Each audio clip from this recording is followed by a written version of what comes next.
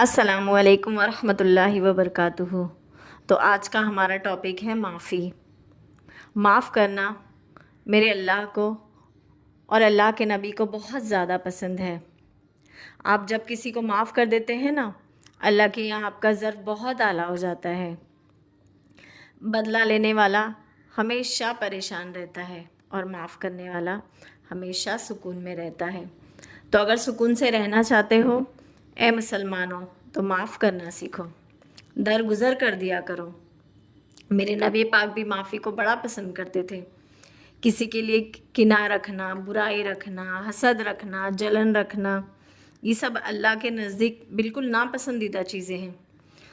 اور دیکھیے، جس طرح ہم اللہ سے معافی کی توقع رکھتے ہیں تو اے مسلمانوں اس طرح آپ اس رب کے بندوں کو بھی معاف کرنا سیکھیں۔ وہ کہتے ہیں نا کہ عرش والا خوش تو فرش والے بھی خوش۔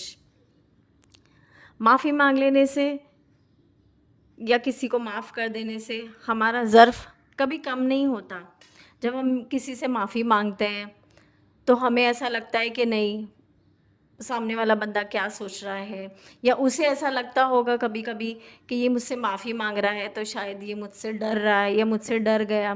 یہاں پر تو یا بندہ کچھ بھی سوچے، لیکن اللہ کے وہاں اس کا ظرف بہت زیادہ اعلیٰ ہو جاتا ہے، بہت زیادہ اونچا ہو جاتا ہے۔ میرے نبی کا فرمان ہے کہ اگر دو لوگوں کے بیچ اگر کسی وجہ سے اتفاقی ہو گئی ہو اور ان کے بیچ میں ابھی تک صلح نہیں ہوئی ہو، تو جب تک کہ وہ صلح نہیں کر لیتے نا، اللہ کے یہاں ان کا کوئی بھی عمل قبول نہیں ہوگا، وہ رد ہوگا۔ میرے نبی کا فرمان بھی ہے کہ اگر کسی کو معاف کرنے میں اگر تمہاری عزت گھٹے تو بروز قیامت مجھ سے عزت لے لینا۔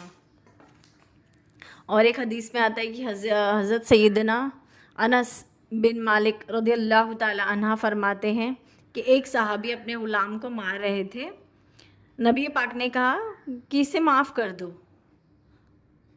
اس نے کہا کہ یا رسول اللہ کتنی مرتبہ معاف کروں؟ تو میرے نبی پاک نے کہا کہ جتنی بار میرا رب تجھے معاف کرتا ہے تو اس کے بندے کو اتنی ہی مرتبہ معاف کر، کیونکہ اگر ہم معاف کرنا سیکھیں گے تو اللہ تعالیٰ ہمیں معاف کرے گا، کیونکہ عمل پلٹ کر آتا ہے۔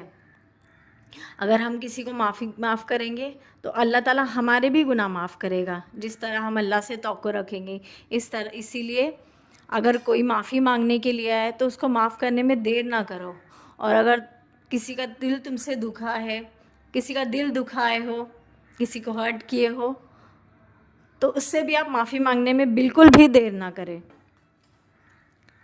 تو اسی لیے اللہ تعالیٰ ہمارے دلوں کو نرم کرے اور ہمیں ایک دوسرے سے معافی مانگنے والا بنائے اور معاف کرنے والا بنائے۔